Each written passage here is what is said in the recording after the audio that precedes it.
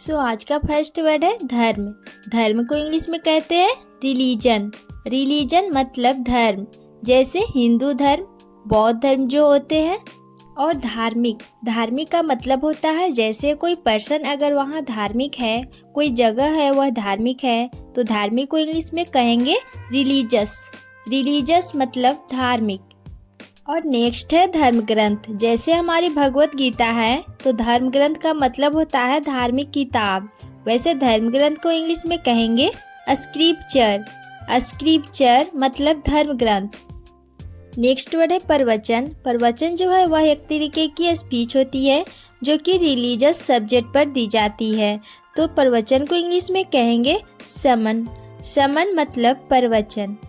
Next है पूजा करना। पूजा करना को कहा जाता है इंग्लिश में वर्शिप। वर्शिप मतलब पूजा करना। और श्रद्धा, श्रद्धा को इंग्लिश में कहा जाता है रेवरेंस। रेवरेंस मतलब श्रद्धा। नेक्स्ट वर्ड है भक्त। भक्त जो होते हैं भगवान की, भक्तों को कहा जाता है इंग्लिश में डिवोटी। डिवोटी मतलब भक्त। और भक्ति को कहेंगे इंग्लिश में डिवोशन। नेक्स्ट वर्ड है आस्तिक।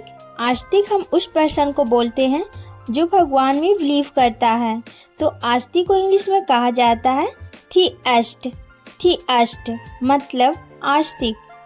और नास्तिक उस पर्सन को कहते हैं जो कि भगवान में बिलीव नहीं करता है, तो नास्तिक को इंग्लिश में कहा जाता है एथियस्ट। एथियस्ट मतलब नास्तिक। नेक्स्ट वर्ड है विधर्मी। जैसे रावण जो था वह विधर्मी था, तो विधर्मी को इंग्लिश में कहा जाता है हेरेटिक। हेरेटिक मतलब विधर्मी। और अमर, जैसे जो रावण जो था अमर था, तो रावण को इंग्लिश में कहा जाता है इमोर्टल। इमोर्टल। और नश्वर, जो कि अमर की अपोजिट होता है, जिसका मतलब उसकी मृत्यु हो सके, उससे हम बोलते हैं मोर्टल। मोर्टल मतलब नश्वर। और नेक्स्ट वर्ड है अंतर्यामी। अंतर्यामी उसे कहते हैं जो सब कुछ जानता हो, जैसे भगवान, तो अंतर्यामी को कहा जाता है ओमनिशियंट। ओमनिशियंट मतलब अंतर्यामी। और सर्वव्यापी। सर्वव्यापी हम उसे कहते हैं जो सभी जगह मौजूद हो, जैसे भगवान जो है सभी जगह मौजूद है, वैसे सर्वव्यापी को इंग्लिश में कहा जाता है ओमनीप्रेजेंट। ओमनीप्रेजेंट मतलब सर्वव्यापी। और नेक्स्ट है सर्वशक्तिशाली, जो सबसे ज़्यादा शक्तिशाली हो, जैसे कि गॉड जो कि सर्वशक्तिशाली है, तो सर्वशक्तिशाली को कहा जाता है इंग्लिश में ओमनीपोटेंट। ओमनीपोटेंट मतलब सर्वशक्तिशाली। और तीर्थयात्री। तीर्थयात्री को कहा जाता है इंग्लिश में पिलग्रिम। पिलग्रिम मतलब तीर्थयात्री। और तीर्थयात्रा को कहा जाता है इंग्लिश में पिलग्रिमेज। पिलग्रिमेज मतलब तीर्थयात्रा। और फ्रेंड्स, अगर आपको ये वीडियो पसंद आ रही है तो प्लीज़ इस वीडियो को लाइक कर दीजिए, शेयर कर दीजिए और चैनल को भी सब्सक्राइब कर लीजिए। नेक्स्ट है साधु। साधु जो आप देख रहे हैं, इन्हें हम इंग्लिश में कहेंगे होली मैन, या आप बोल सकते हो सेज।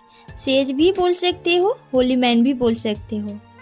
और नेक्स्ट है ब्रह्मचारी। ब्रह्मचारी हम उसे कहते हैं जिनसे धार्मिक आस्था की वजह से शादी ना की हो, तो ब्रह्मचारी को इंग्लिश में कहा जाता है सेलिबेट।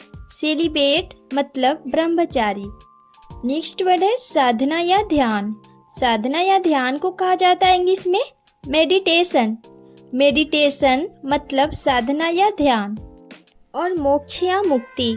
मोक्ष या मुक्ति को इंग्लिश में कहा जाता है सल्वेशन। सल्वेशन मतलब मोक्ष या मुक्ति। नेक्स्ट वर्ड है प्रायश्चित। प्रायश्चित किसी इंसान ने पाप किया हो, तो प्रायश्चित को इंग्लिश में कहा जाता है पेनेंस। पेनेंस मतलब प्रायश्चित। और पाप को कहा जाता है इंग्लिश में सिन। और पुण्य को कहा जाता है इंग्लिश में वर्च्यू, या आप बोल सकते हैं गुड डीड। और नेक्स्ट है प्रार्थना। प्रार्थना को कहा जाता है इंग्लिश में प्रेयर। प्रेयर मतलब प्रार्थना। और वरदान को कहा जाता है इंग्लिश में बून मतलब वरदान। और श्राप को कहा जाता है इंग्लिश में कर्स। कर्स मतलब श्राप। नेक्स्ट है पुनर्जन्म। उसे कहते हैं जैसे किसी इंसान की डेथ हो जाए और इसे दोबारा जन्म मिलता है दूसरी बॉडी में, उसे कहा जाता है पुनर्जन्म। वैसे पुनर्जन्म को कहा जाता है इंग्लिश में रीइंकार्नेशन। रीइंकार्नेशन। और अवतार, जैसे भगवान की अवतार होते हैं उन्हें कहा जाता है इंग्लिश में इनकारनेशन। नेक्स्ट है अमृत। अमृत को कहा जाता है इंग्लिश में नेक्टर। नेक्टर मतलब अमृत। नेक्स्ट है स्वर्ग। स्वर्ग को कहा जाता है इंग्लिश में पैराडाइस, या हम बोल सकते हैं हेवन। दोनों का मतलब स्वर्ग होता है। और लास्ट है नरक। नरक को कहा जाता है इंग्लिश में हेल। हेल मतलब नरक। ऐसे और वीडियो देखने के लिए इस चैनल को सब्सक्राइब करें और अपने दोस्तों के साथ शेयर करें। तो मैं मिलती हूँ नेक्स्ट वीडियो में, तब तक के लिए टेक केयर, गुड बाय।